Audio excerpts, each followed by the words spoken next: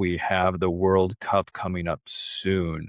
And I think for me, and it all kind of ties together, right? We talked about the importance of networks, but we've got a piece of analysis coming up. Check it out in the research. It hasn't been posted yet, but it will be this week.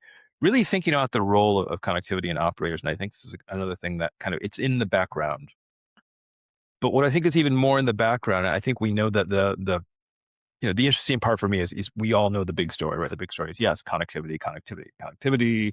It's great to have lots of solid connectivity, and we know as people are using the devices in stadiums at these events, uh, how critical that is, right? To have a good fan experience. Wonderful. I think that's and telcos do a wonderful job talking about how they've upped the capacity. I think you see them all talking about the amount of data. But I think what's interesting, and we try and call this out in the analysis, is how sort of it's more than that, right? It's not just the fan experience, it's also delivering slicing for B2B services, for broadcasting, for even things like ancillary things like making sure that people who are visiting have roaming services or speed-based services, or even if you look at what T-Mobile US did, right, where they launched live translation services from the core of the network, right?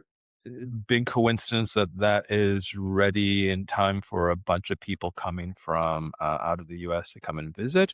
Probably not. So I think it's I think for me, the analysis was really good just to delve into all of the things that are sort of under the surface, but probably even more important, right? Because it's just as important that all those services taking place, including public safety. And yes, we can make that tie into in the future, you're going to want things like ISAC, you're going to want protection for those high value properties that they're there. I mean, the big question though, Tim, I think for me is who's out first, the US or Canada?